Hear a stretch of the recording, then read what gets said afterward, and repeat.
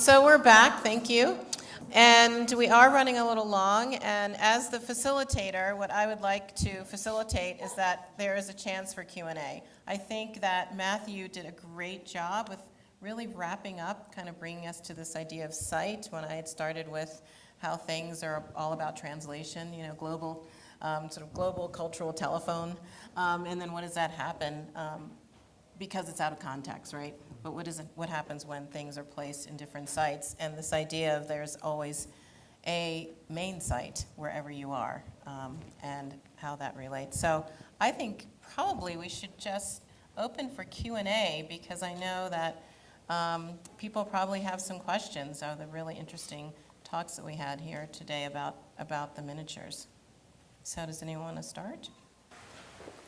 I just wanted to make a brief museological comment, thinking about Girard and the exhibit.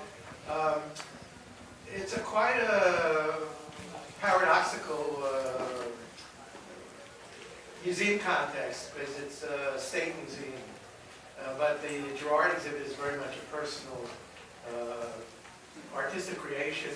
And as you were talking, I was reminded of the Isabella Stewart Gardner Museum in Boston, and there are many sort of artist museums around the country which were sort of configurations. They're usually homes. Artists lived there, and then when they died, they created a museum out of this display of objects and works of art. And in Isabella Stewart Gardner case, she said, well, you can't change the display at all. You have to leave it just the way I left it, and they've done that ever since. And people go there and they love it.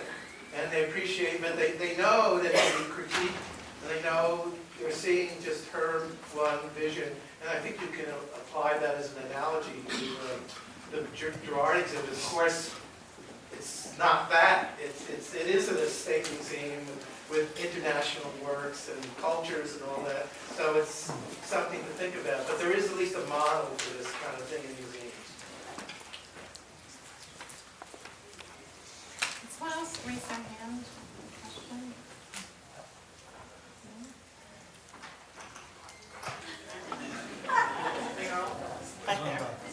Question? This is a little bit random because it's not about miniatures, but as I'm from Palm Springs Art Museum, I'm a docent, and I have a team of 8 of us studying like crazy, very joyfully, because this wonderful Vitra exhibit is moving to Palm Springs soon. And every time I read or hear or look at Alexander Girard's work, I wonder if he and Joseph Campbell met. Does anybody know if they knew each other? There's no record that we know. I'll take it we don't know. But I thought the same thing, yeah. Yeah. Thank you. I would just like to share something with you. So I've known the family directly and indirectly for many years. The thing that's really important about Girard, from my point of view, was his vision. The show here, to me, talks a lot about perception, not about prescription. I think Girard had an ability to make strange things seem familiar and familiar things seem strange. And I think from a design perspective, of which I follow, this is a really pivotal exhibition.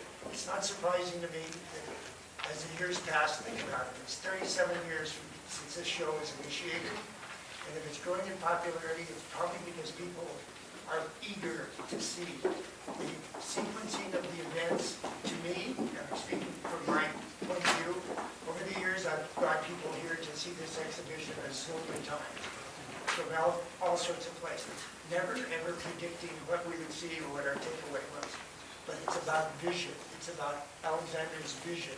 He had an ability to see, and how lucky we are that it's in our backyard. So we should take advantage of the ability to perceive and not prescribe.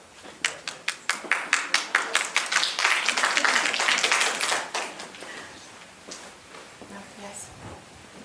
I just want to say thank you. That was so fascinating from all of you and your different perspectives. The exhibit has always reminded me a little bit of Roland Barthes in The Empire of Science, in that it's this take on culture from someone completely outside of the culture. So however whimsical it is, it's also flawed, right, deeply. And I would love, with the four of you up there, to talk more about things that you all touched on, which is when, and perhaps now is the perfect time for it, this much longer later, and also the times we're in now, and how that gaze really is an aspect of colonization, and what is appropriate and what feels appropriate now in terms of a lot of the things that each of you touched on through the lens of how we interpret these objects and how we display them. Just as a general question, I think that that's something that you each touched on that I would love to hear you discuss amongst yourselves. No, I would love for Charlene, for you, because we have come through, at least I have, and I'm sure, the way you're talking too, a certain art historical education that was focusing very much on a post-colonial way of looking at museums, and asking the question, can the museum be decolonized? I'm in higher education. Can higher education ever be decolonized? I'm quite cynical about it. Instead of trying to go down that path, I was actually recently asked to write a little essay about that question about can art history be decolonized? And I'm often saying that I don't think that's the right question. I think maybe the question is, how do we live within the colonization of these institutions, and make our pathway through that, instead of trying to make things that are inherently colonizing, taking an object, putting it somewhere else, and recontextualizing it, trying to fix that. My answer is usually about acknowledging one's vulnerabilities, So my answer was, can art history be decolonized, was only those art historians and critics that acknowledge their own vulnerability within the system that they are in and perpetuating will be able to send us outward, to lead us out of where we are. And from what I understand with Girard, he also understood some vulnerabilities about what he was doing, that it was not anthropological, and he didn't even go out saying that it was a totally different project that was very personal. So I'd love for you to, as you said, your historical knowledge now, about how, we could sit here and say, what if this gift was given today in 2019? What would happen? Mm-hmm. So you were there when it was given in or helped putting it up for 1982. So what was any discussion then about these topics? We did have discussion, and I was telling Matthew, actually, because one of the, and I didn't talk about it because I knew he was, but one of the areas of most concern was the Pueblo Indian Village, as it was called. I wouldn't even pretend to know even an iota, really, about Pueblo belief and culture. Mm-hmm. As an art historian. It's not my area of expertise, and it's deep and complex. But I did have a sense, even back then, for example, when those Zuni war gods were opened in a carton, certain things speak to a sacred quality, I think, or power, Mm-hmm. But we did do our best, I will say that. So I was explaining to him, and I'm sorry I referenced it as an eagle dance, but the corn dance. One day, Sandro came to me and he said, listen, I need you to organize those dancers in the West. I'm like, oh, okay. Well, I certainly wasn't about to organize the dancers. I've been to many ceremonials at the Pueblo, but I wouldn't pretend to know how to organize them and choreograph them. So fortunately, we did have a young woman working in our education department from Tesuque, Pueblo, and she was able to come up, and then she placed them. She did not mention some of the really, I think, kind of profound things you said about what was missing, in terms of which, had we given it more thought, we would have perhaps recognized it ourselves, like the things that should have been carried, So, in thinking about that case in particular, I think there needs to be like a major meeting of the minds about, can some of these issues be brought up in apps or in other contexts where people who have inquiring minds can get their answers? Or, is there some way that we can talk more overtly about the context of the gallery, that it's one person's vision, that it was done at this time, in a way, as you were putting it, acknowledge our vulnerabilities, But it wasn't like no thought was given to it. But it is definitely a product of its period, and many of the things you're talking, I'm trained art historian too. I don't think the word decolonization ever surfaced in my entire historical education. So I guess that's what I would say, is we need to give more thought, more voice to some of these concepts. Well, I wonder about the, different perspectives that people have about the Pueblo scene. Because from my understanding, there are some Pueblo communities that feel certain of the objects displayed, it's okay for it to be displayed, and then there are other perspectives that feel that some of those items should not be displayed. And also, as I understand, because I don't do school group tours, but from what I understand, when Pueblo school groups come for, programming, they are told about the Pueblo scene and asked whether, they want the tour to bypass that area. And, if things like that are happening, for a long time I've wondered, should this be here then? It's representing a certain community. That community doesn't want it to be shown. This is our local community. Should it be here? Can I just mention one thing, though? And that's really a question for you, I think. But, so it was your show, actually. Yeah. When I was here as interim director a few years ago, we had to convene the Committee on Sensitive Materials because we had exactly this kind of, back and forth. In a show that Felicia did, there was Tibetan material because it was about Southeast Asian religion. And so there were human remains made into objects like skull caps and, correct me, but I think a tibia bone, right, into a flute. And the very astute staff of the Museum of Indian Arts and Culture said, we are not happy about this. There are many people within our broader community who feel extremely uncomfortable, who actually might feel that a member of their household would grow ill by being exposed to these things. And so I have to give her credit. Della Warrior came and she said, look, I'm supporting my staff on this. I think this should not happen. Those pieces need to be removed. And then Felicia very carefully explained, I think it was in writing, as a matter of fact, but that the whole Tibetan community in Santa Fe had been involved, and that everything had been reviewed. And this is just like two different belief systems colliding. On the one hand, you have these things which are forbidden to be seen or touched or be in contact with. On the other hand, you have people who, this is how they honor their ancestors. This is how they, that's the best way of putting it, I guess, honor their ancestors, right, in these objects. And so we did come to a conclusion, and I have to give Della great credit because she was willing to consider ways that we could cope with this. And so we came up with a signage solution in that case, which is a little bit, though, like bypassing it. But that was such a broad, regional exhibit about religion. I don't know how you would have really taken one side or the other, in essence. Maybe this Pueblo scene is a little different, Matthew. Is it, do you think?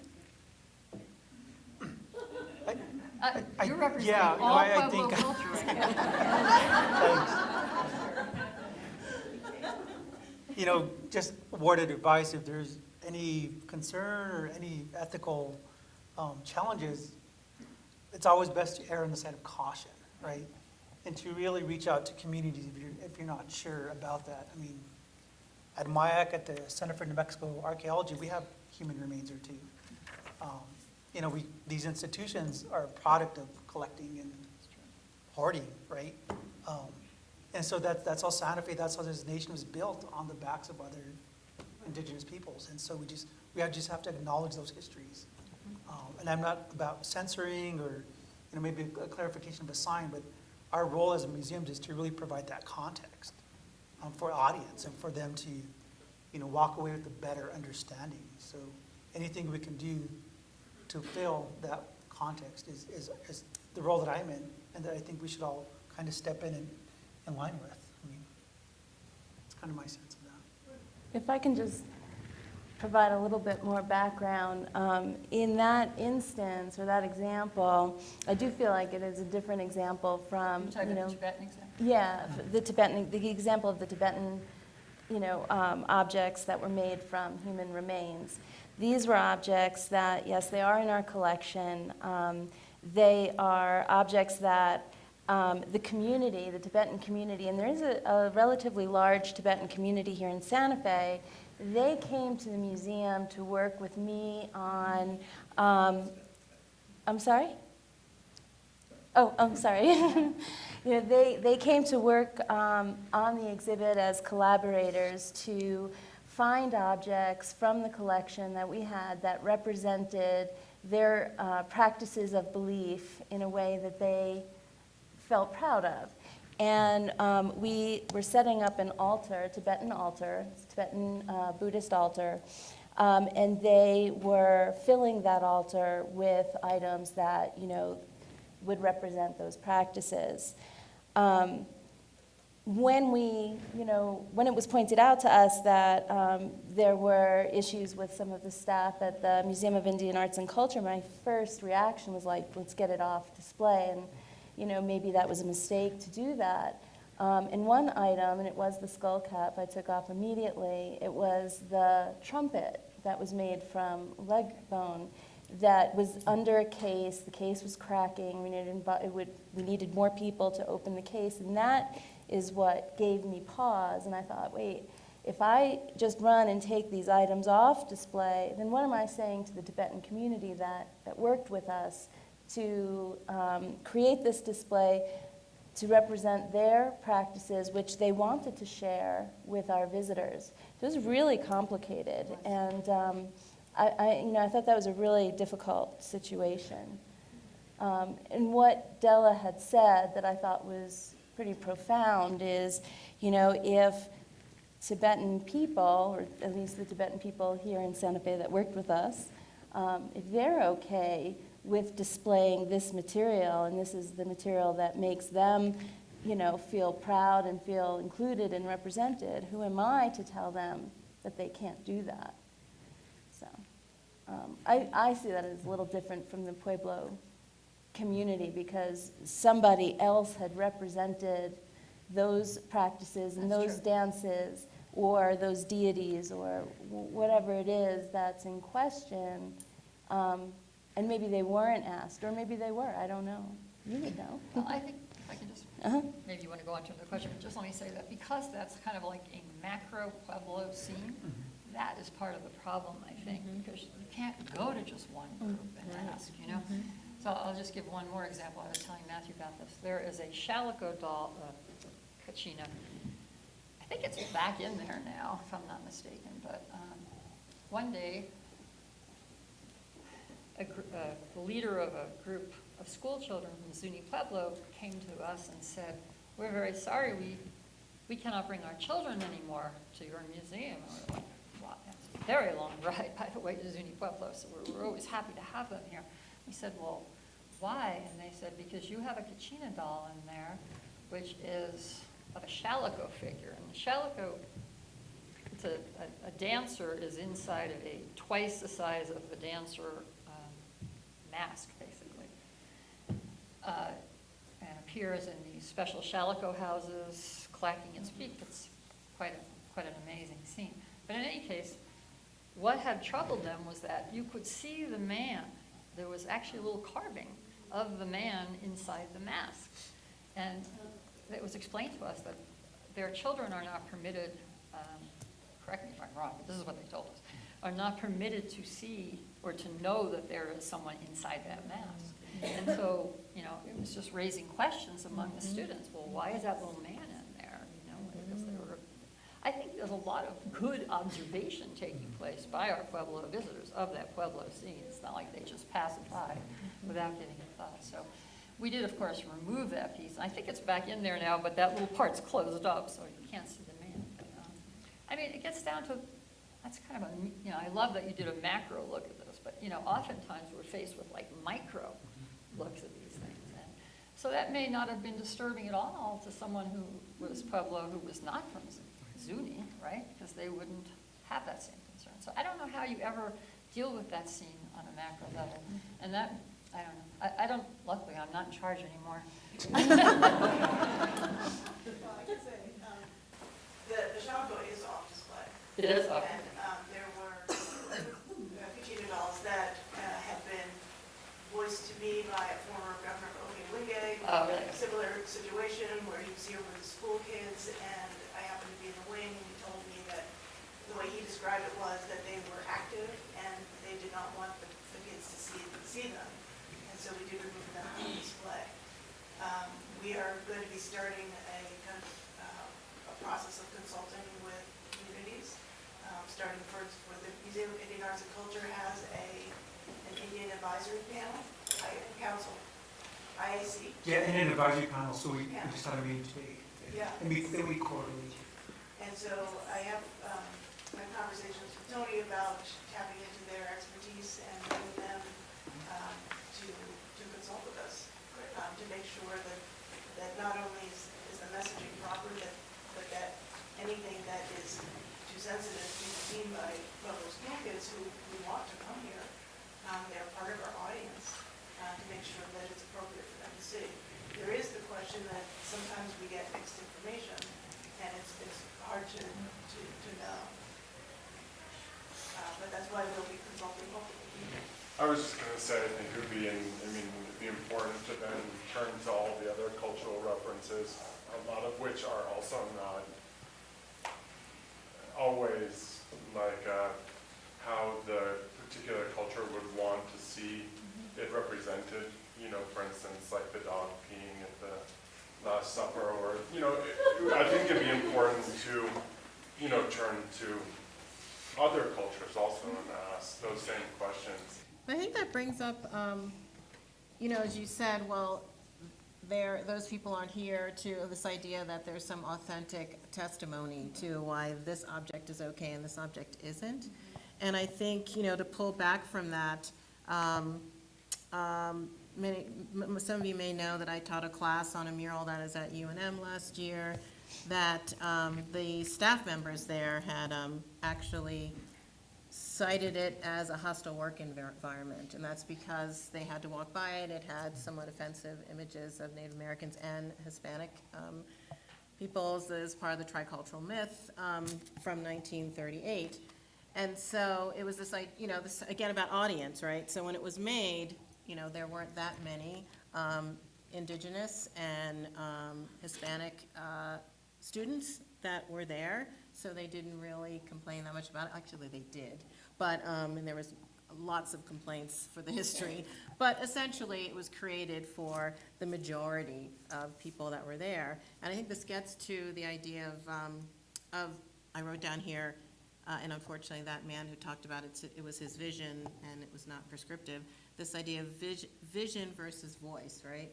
So if times change, history is moving along, this is where we acknowledge our vulnerabilities, that we have to also move with it.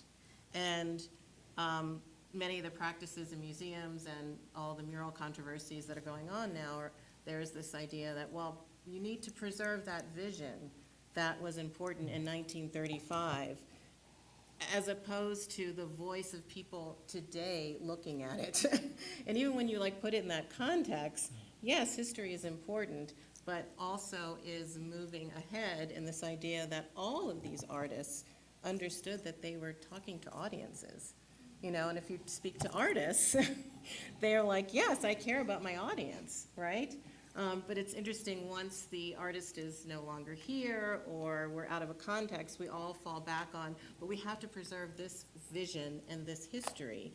And that is always the argument for why we can't listen to the living, breathing people who are the audience of that right now. And a great line that I read about, well, that is a history, well, what if it's a history that's still happening? And one phrase that I found in some of the literature about that, it's very hard to get over something that is not over. So, it's great for us to say you have to preserve that history because that was a mindset way back then. But as we know, often that we see in the news today, it's not a dead mindset of certain prejudices and ways in which people think of negatively and stereotypically about different groups. Yes. I think we should also talk about the makers because, Yes. because basically we haven't covered that at all. It's very, very important since we have the international folk art and everything else that these makers who were very, very important in our past and are shown in this fantastic exhibit are dwindling. So I think making it important about handwork and about the makers is also very important. I'd like to know how you all feel about that. I'll just say I couldn't agree more. As one of the co-founders of the folk art market, I mean, we feel that carrying these traditions into the present and educating people about the value of the handmade is could not be more significant. The question is how, And I think the other programs the museum does that often involve living artists and, technique and process being made visible is one way. And I don't know, maybe I'm putting too many hopes on technology, but why couldn't we have one app or one program, whatever the current thinking is, to look at that, to talk about some of these artists and these traditions that continue on. One thing we discovered at the folk art market is, understanding, well, this is everywhere actually, understanding leads to appreciation. So if you understand how much work that goes into making a pot or whatever, then you begin to appreciate it. In fact, begin to appreciate the person who makes it. So I think we can do more of that. And I don't know if that's on the agenda for, yes, it is. Personally, I have mixed feelings about the technology question because we did this visitor survey and then we also did it with our staff. And our staff overwhelmingly was like, get an app, get an app, get an app. But the public was definitely leaning more towards low tech for this particular show. The thing is, people's comfort with technology evolves, so that's, you have to keep asking. That's one problem. But I did, the Barnes Museum, I think, is a perfect example. It has some similarities, actually, because that actually went to court because Mr. Barnes wanted nothing changed, and then the city of Philadelphia wanted to have that collection where it was accessible to many more people. And they used apps, I think, quite successfully to help you understand, why New Mexico Santo is on top of a piece of ironwork from Scandinavia or something. I mean, it's a totally mixed up kind of thing. So I don't know. You don't really know until you try. And then you have to get everybody on board to try to get the visitors to use these things. That's the other part of it, I think. And that's another museum exhibit without labels because of the original curator's intentions. I think that not having information about the makers and the artists in multiple visions, I think it sort of perpetuates that stereotype of the anonymous artisan, whereas of course there are master artists who are involved in folk art and receive and pass on the traditions. I also think that highlighting artists, it really humanizes the work, So I've felt that that's definitely something missing. Also, there's a spiritual part of these artists working, which is very, very important to their art. If you go anywhere, including where we live, getting the clay, praying over, losing the clay, losing the slip. There won't be any more of certain objects because the slip is not here anymore, because everything has to do with the spirituality and the isn't covered at all. So maybe that's a new way of seeing it. It is, although I think that the records and the documentation has uneven information about who the makers were, like some parts of the world, some communities, there's a lot of information in the records from Girard's collection that had information about those makers, and then there's a lot of places, that don't. So it could be tricky, because if you begin to highlight, one area over other areas, then, there's this sort of uneven representation. One more question. Could I ask Mr. Martinez whether or not you have any recommendations for any kind of changes or modifications or explanations that need to happen, or are you okay with people coming in and having different reactions to it? What's there? I appreciate the diversity of reactions and responses. Again, it really comes down to our role of providing a context so people have that information to really understand and absorb the material of the artist, as the makers, of the dancers. And that's why, when you think about the hands, right, collecting the clay, so hands and feet and limbs become very special to use because there's a purpose of that. But if these exhibits don't have that, or these pieces don't have that, understanding why that may or may not be. So again, explaining a broader context of those particular pieces. So I just think that that's the role, is really expanding on context, but I'm not about taking things down or not. My question is why, for the real factual things, like the details of the things in the dancers' hands and so forth, I go over to your museum. For that, here I'm looking at the artistic, the overall idea, Helen Cordero's pottery. And I'm looking to you for the facts. I think every No pressure, man. I think every museum. Yeah, but that's letting this museum off the hook. I think, yeah, and I think Can't we have facts everywhere? I think the History Museum of New Mexico, right, should be a lot. There's many places where there can be a series of venues to talk about historical knowledge in place. It shouldn't be one museum as the all-be-all place, right? There's many ways to do that. We're counterparts. We work together at Folk Art, National Hispanic Cultural Center. I mean, there's many partnerships, and I would encourage that across my peer institutions. I think there's something interesting you said about how artists sell work and create an agreement with someone who's buying work, and then what happens when the buyer buys the piece of work and takes it and contextualizes it. And the artists themselves, as far as I understand, most of the time in that transaction understands that most likely this is going to go far from wherever the piece was made. It has nothing to do with the spiritual practice or the materials, or the people that can afford to come in and buy a piece of artwork are going to most certainly always decontextualize that work, and I think the artist understands that on a certain level.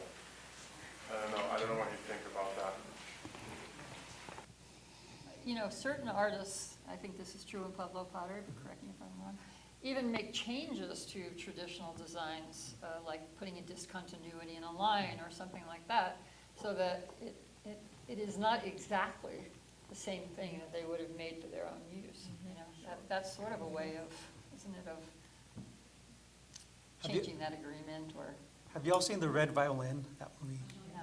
Right? So this conversation, we're privileging people and as buyers, right? But we forget about the items. They have a life or energy of their own. And so there's ways to maybe context, ways that we can't explain in words, that we have to be mindful of this larger cosmos, right? But then in that case, the objects made it to wherever they made it to, right? That's the power of the object. They made it to the place it is. Yeah. And the dancers were made by Native Americans, and if they failed to put whatever they were supposed to put in those hands, or shape the hands the way they were, that wasn't Girard's fault, Yeah, or I don't- anybody who placed them there's fault. I'm not sure that all of them were made by Native artists. I mean, that's an open question. And they weren't made as corn dancers, Anyway. necessarily. Fine. We Yeah. actually wanna don't It's an open know question. which family Yeah, I'm not, I don't know. I'm But not- that, that's what I was talking about in terms of that cultural telephone. That there are certain things that we can criticize in the figures there, and as someone said, it's so layered. So where does it start? Where does it end? Was it all about just the poor training of that particular Native person who was making it? Was it because it was transactional? Was it purposeful because it was going to go out in the world and it was changed so it would not be in the same authentic context that it would be when it was at home? I teach artists. I'm working at an art school, and I always think of them as being incredibly brave people because they make objects that they give away or they sell. Basically, Everybody can choose what they want. yes, when they make the object and it leaves their studio, that is when they've lost the control of it and they've given it up. That's why I always call them so brave, that they're not going to be around to explain what everything is about it, and they know that. There's a process, right? I imagine with your students, there's a process of giving something up. And some don't, right? Yes, exactly. That it's, that this is your life's work, that this is what you do and you breathe, you have a passion for, and then you let it go. And you can't be there to tell everyone how to understand it. And that's one context of how objects and arts circulate, right? So like different objects have different life histories, different people have different histories, and I think that's really important to recognize. So when people say, well, maybe we should look more deeply at, this display, I don't know. I don't think it does mean that you have to look that deeply or as deeply at all the other displays, because we're recognizing that, different communities have different histories, and they also really have different relationships and different ways of viewing their own, cultural patrimony 100%. and different relationships with that. I totally agree with you. What I'm saying is that if you're going to have the conversation with one specific person, you ought to at least test it out with the other ones before you decide to change. You see what I'm saying? Because Yeah. otherwise, you won't know what that conversation would be like if you went and talked to, another community of people that were represented there in one way or another. Or even within that community. Right, Like exactly. Yes. Laura was saying, it's And complicated that's why because there there's are so many, communities. right. It's not one, and we oftentimes, I think, we like to clump things, especially as in the academia. It's like, we love to like put it all together and put a label on it. And this is clearly not the way it works. Yeah. I think we have to wrap up now, right? Can I ask one wait, question? she has one more. So when the Black Doll set, as we call it, was put together, there was really no conversation about that. We have one final question here.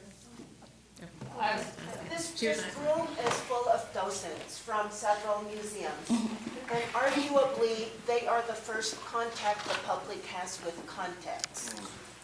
Could you speak to their role in this discussion?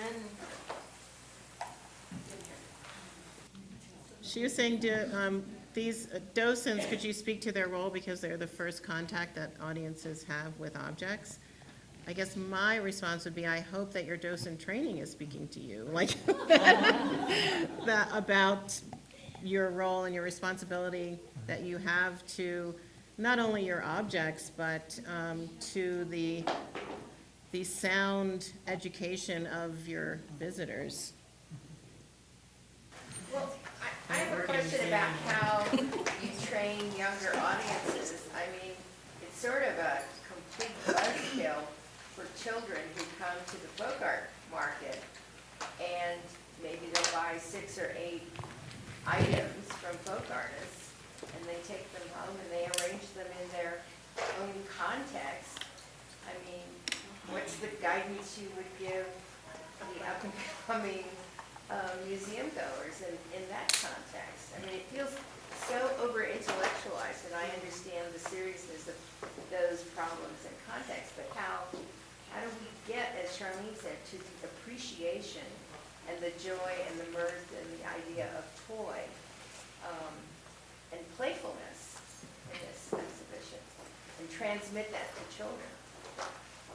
Once we had a conversation about a young collectors club. you know, because there are kids who collect all manner of things. Girard being a great example, actually.